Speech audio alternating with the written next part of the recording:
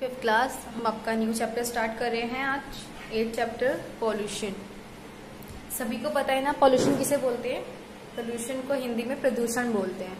Okay, और pollution सबको पता है क्या होता है, इसी के बारे में हम पढ़ते हैं आज। Have you ever wondered what is pollution? आप सब जानते हैं, क्या आप सब जानते हैं कि पॉल्यूशन क्या होता है? The presence of unwanted and harmful substance in the environment is called pollution. Presence of unwanted, जिसको हम नहीं चाहते, वो harmful substance जो हमारे environment में होते हैं, जो हमें harm करते हैं, उसको क्या बोलते हैं? हम pollution बोलते हैं। Okay, pollutant are substance that cause pollution. Pollution cause harm to our environment. Pollution जो है हमारे environment को क्या करता है? harm करता है, यानी कि गंदा करता है। ओके, polluting our earth, हमारी अर्थ पोल्यूटेड है इसकी वजह से। किस तरीके से? We know that the earth our home, हम सब जानते हैं कि अर्थ जो है हमारा घर है। इज अ यूनिक प्लैनेट, ये एक यूनिक प्लैनेट है क्योंकि एक अर्थ ही एक ऐसा प्लैनेट है जहाँ पे हम लोग रहते हैं और जहाँ पे लाइफ है, बाकी अदर प्लैनेट्स में कोई लाइफ नहीं है। Yet we often carelessly harm the very air, water and oil that help us to live. हम बहुत केयरलेसली हार्म करते हैं वाटर को, एयर को, ऑयल को, इन सब चीजों का यूज बहुत गंदे तरीके से करते हैं। ओके, और यही हमारे रहने की यहाँ पे मेन क्या है? मोटिव है। This is how it happen, we use many resources from the environment to support our increasing population and its need.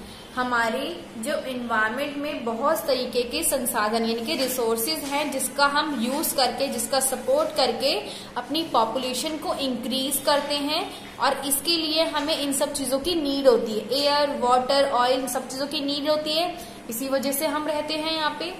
As a result we release waste into the environment, और इसका result क्या होता है कि जो भी हम कुछ वेस्ट मटेरियल जो होता है वो हम अपने इन्वायरमेंट में डाल देते हैं। These waste harm the environment, और इस वेस्ट की वजह से एनवायरमेंट को बहुत ज्यादा हार्म होता है। हार्म मीन्स बहुत चोट, मतलब बहुत गंदा होता है, वो हार्म्स होता है उसे। ठीक है, the contamination of the environment, land, water and air by waste, smoke, chemicals, other harmful substance is called pollution. ये जितने भी कंटेमिनेशन एनवायरमेंट होता है हमारा, इनके लैंड, वाटर, एयर जो होती है, वो इन वेस्टेज की वजह से क्या होती है? हार्म होती है। जैसे स्मोक एयर में जाकर के मिल जाता है तो एयर, हवा जो होती है हमारी गंदी हो जाती है। केमिकल्स वाटर में जाके मिल जाते हैं तो वाटर हमारा गंदा हो जाता है। एंड अदर चीजें हमारे लैंड पे, वाटर पे, एयर में जाकर के मिक्सअप हो जाती है तो हमारा एयर, वाटर एंड लैंड जो होता है वो कैसा हो जाता है? बहुत ज्यादा हार्मफुल हो जाता है, बहुत गंदा हो जाता है, जिसको हम पॉल्यूशन बोलते हैं। इस वेस्ट को ही हम क्या बोलते हैं? पॉल्यूशन बोलते हैं। A waste substance that causes pollution is called a pollutant. इसी वेस्ट सब्सटेंस के कारण ही पॉल्यूशन होता है, जिसको हम पॉल्यूटेंट बोलते हैं। ठीक है, the most serious type of pollution occur in area with large city and many factories. most serious type of pollution मतलब बहुत serious type का जो pollution होता है mainly large city, मतलब बड़ी बड़ी सिटियों से and other बड़ी बड़ी फैक्ट्रियों से निकलता है, जिसकी वजह से हमारे environment को बहुत ज्यादा हानि होती है, बहुत ज्यादा हार्म होता है, जिसकी वजह से हमको भी उतना ही नुकसान होता है। ओके, आगे चलते हैं। Types of pollution. अब पॉल्यूशन के टाइप्स होते हैं। कितने टाइप्स होते हैं पॉल्यूशन की? 4। There are 4 main type of pollution. First is air pollution, second is water pollution, third one is soil pollution and fourth one noise pollution. Okay, ये 4 types के पॉल्यूशन है आपके। अब धीरे धीरे एक एक करके हम इन पॉल्यूशन के बारे में डीपली स्टडी करेंगे। आगे चलते हैं। फर्स्ट आता है हमारा air pollution.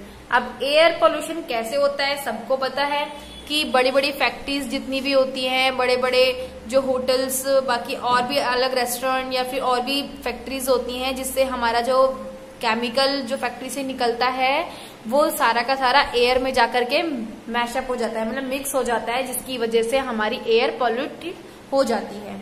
The mixing of harmful gases, harmful gas जब हमारी एयर में जाके मिक्स होती है and other particle in the air is called air pollution, और इसी को ही हम एयर पोल्यूशन बोल देते हैं। अलग अलग टाइप्स की गैसेस जो जाकर के, केमिकल गैसेस जो होती है वो जाकर के हमारे एयर इन्वायरमेंट में जाकर के फैल जाती है, इसकी वजह से एयर पोल्यूशन हो जाता है। कॉजेज ऑफ एयर पोल्यूशन, अब एयर पोल्यूशन के कॉजेज मतलब एयर पोल्यूशन के कारण क्या क्या हैं वो पढ़ते हैं।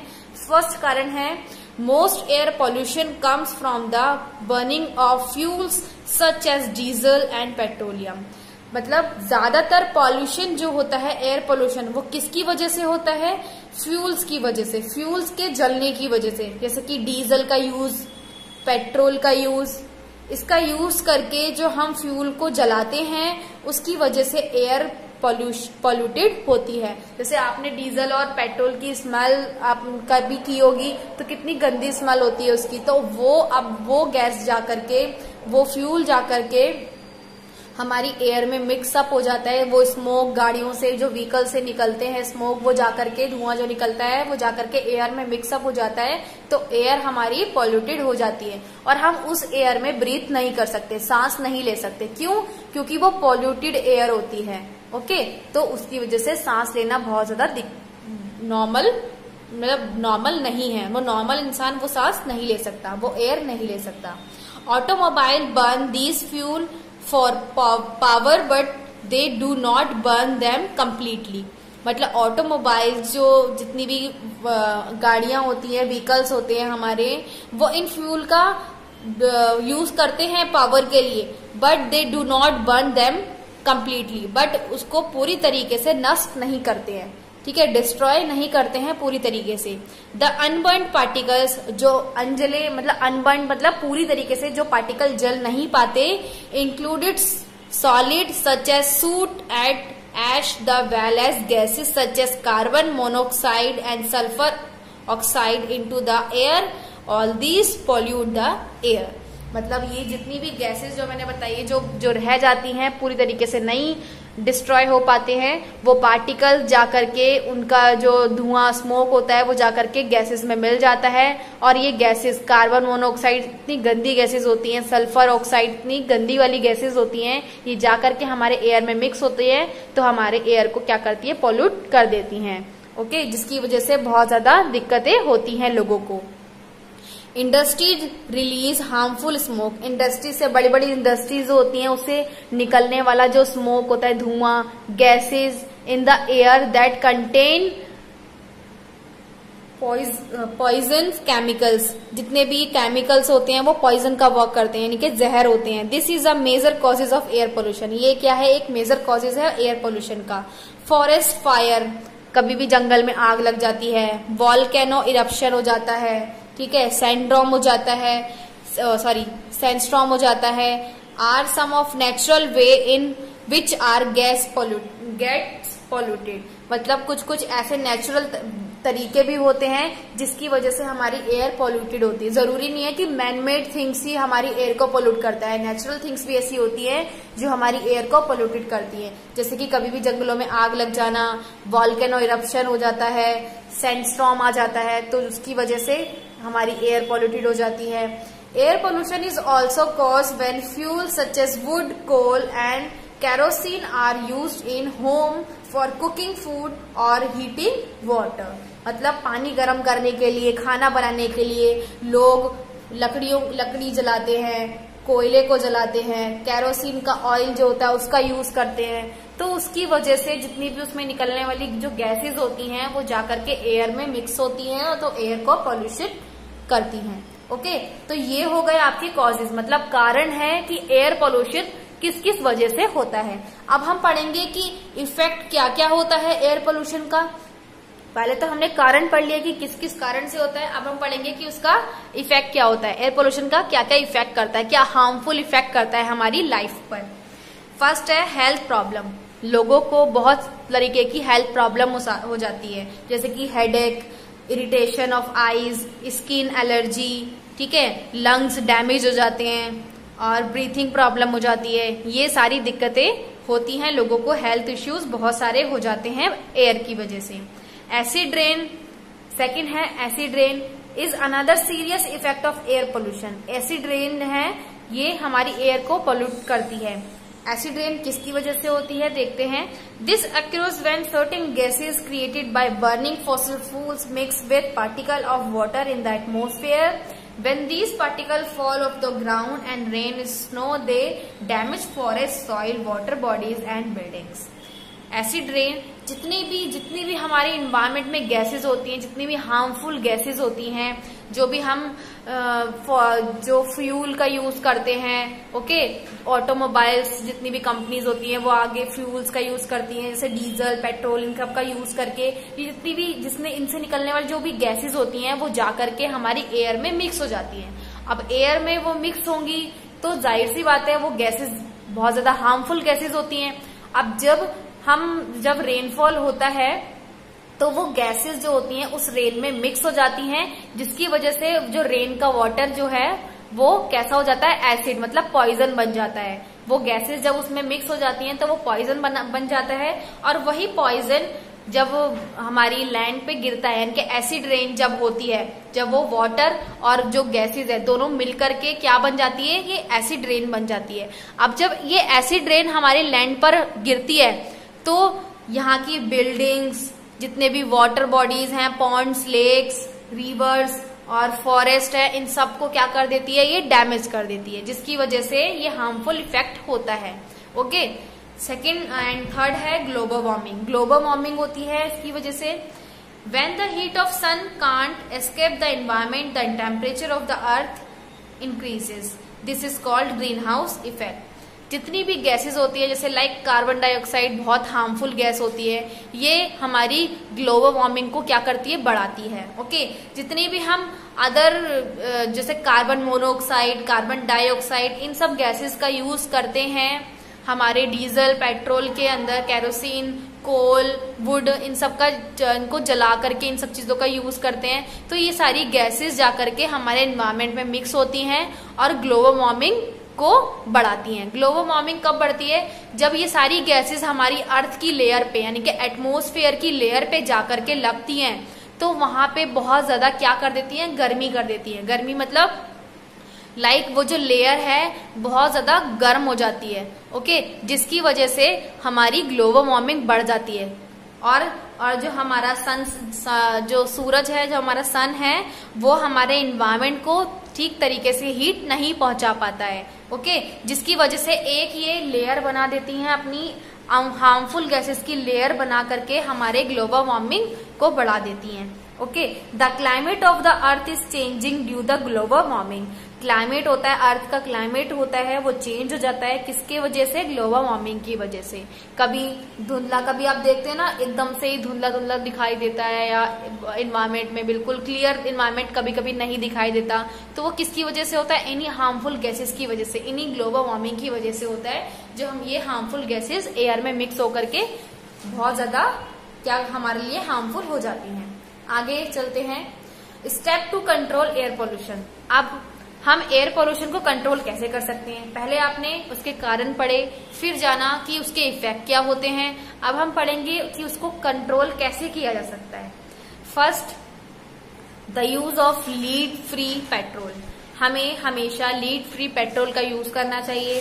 Diesel and CNG reduce the emission of the harm gases in the environment.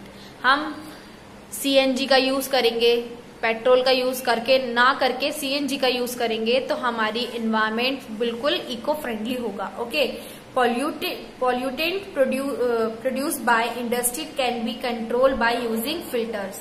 जितना भी फैक्ट्री से, इंडस्ट्रीज से निकलने वाला जो वेस्टेज होता है उस पर कंट्रोल लगाया जाए, उसको फिल्टर करके यूज किया जाए।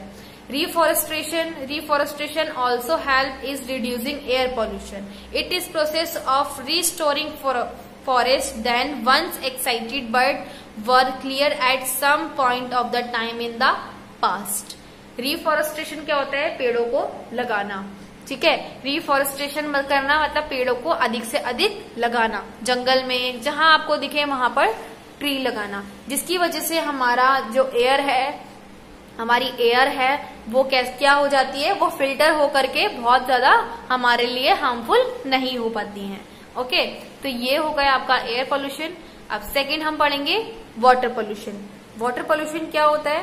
तभी आप जानते हैं वाटर का पॉल्यूटेड होना किस वजह से होता है। Water pollution occurs when harmful substances are related into water bodies such as river or lake. Various type of pollutant enter the water bodies through sewage, industrial waste and waste material of the farms. These pollutants harm the plant and animal life of the water bodies and also make the water unfit from human beings.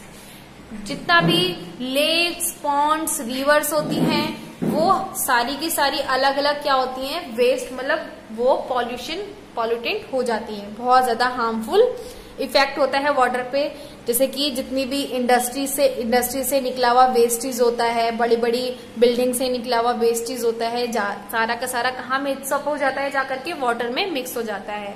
Okay, और जिसकी वजह से animal और plant भी क्या हो जाते हैं, पॉल्यूटेड हो जाते हैं, क्योंकि वही वाटर एनिमल पीते हैं, प्लांट्स में जाता है वही वाटर, तो उसकी वजह से उनको भी हार्मफुल इफेक्ट पड़ता है।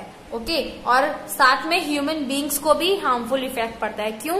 क्योंकि पॉन्ड्स, रिवर, लेक्स, जितना भी यहाँ पे रिवर है इंडिया में, वहीं से ही तो आता है। पीने के लिए पानी जो होता है हमारा, वो वहीं से ही हमें मिलता है, उसको ही फिल्टर करके आगे तक भेजा जाता है। लेकिन अगर वही हार्मफुल गैसेस वाटर में मिल जाती हैं, तो उन गैसेस को कैसे निकाला जाता है? वो कुछ हो ही नहीं सकता उसके लिए। तो वो हमारी बॉडी के लिए, ह्यूमन बींग्स के लिए बहुत ज्यादा अनफिट है, बहुत ज्यादा हार्मफुल है। ओके, अब आगे पढ़ते हैं causes of water pollution. Water pollution के कॉजेज क्या होते हैं? Factories sometimes cause water pollution by dumping oil, poisons, chemicals and other harmful industrial wastes into nearby river bodies. जितनी भी फैक्ट्रीज होती हैं वो नियर बाय होती हैं, रिवर्स के, पॉन्ड्स के, लेक्स के पास में होती है, जिससे कि फैक्ट्री से निकलने वाला जितना भी वेस्टेज होता है, कार्बन होता है, वो सारा का सारा पानी में जाकर के मिल जाता है। ऑयल होता है, जितना भी केमिकल होता है, सारा का सारा जाकर के रिवर में मिल जाता है, जिसकी वजह से ये इफेक्ट होती हैं। Some cities and town polluted river by disposing of waste into them.